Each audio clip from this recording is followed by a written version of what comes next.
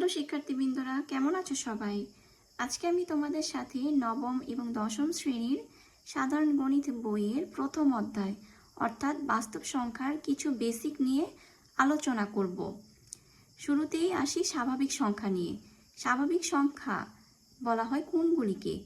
1, 2, 3, 4 অর্থাৎ প্রত্যেকটা ধনাত্মক পূর্ণ সংখ্যাকেই বলা হয় আমার স্বাভাবিক সংখ্যা।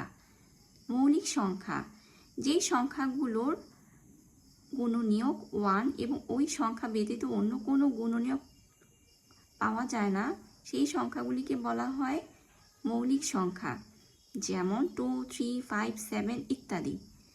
যৌগিক সংখ্যা, যেই সংখ্যাগুলোকে ভাঙলে ওই সংখ্যা এছাড়াও আরও অন্যান্য গুণনীয়ক পাওয়া যায়, সেই সংখ্যাগুলোকে বলা হয় যৌগিক সংখ্যা, যেমন 4, 6, 8, 9, 10, 12, 15 ইত্যাদি।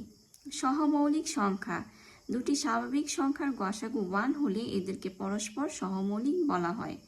দুটি স্বাভাবিক সংখ্যা যেমন 3 এবং 5 এর গসাগু যদি 1 হয় তখন সেই সংখ্যাগুলিকে বলা হবে পরস্পর সহমৌলিক সংখ্যা। পূর্ণ সংখ্যা, শূন্য সহ সকল ধনাত্মক এবং ঋণাত্মক সব সংখ্যাকেই বলা হবে আমার পূর্ণ সংখ্যা, যেমন ঋণাত্মক মানের দিকে আছে -4, -3, -4 এর আগে যতগুলি সংখ্যা আছে ঋণাত্মক প্রত্যেকটা সংখ্যাই হবে, এমনকি 0 সহ 1, 2, 3, 4 এবং পরবর্তীতে যত ধনাত্মক সংখ্যা আছে প্রত্যেকটা সংখ্যাই পূর্ণ সংখ্যা।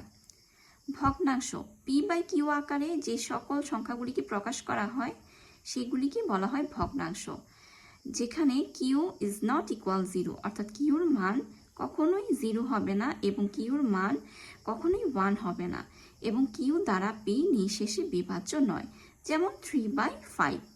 প্রকৃত ভগ্নাংশ, প্রকৃত ভগ্নাংশ হবে তখন যখন পি এর মান কিউর থেকে ছোট হবে, অর্থাৎ P is less than Q যখন হবে তখন সেটিকে বলা হবে প্রকৃত ভগ্নাংশ, যেমন 3/7।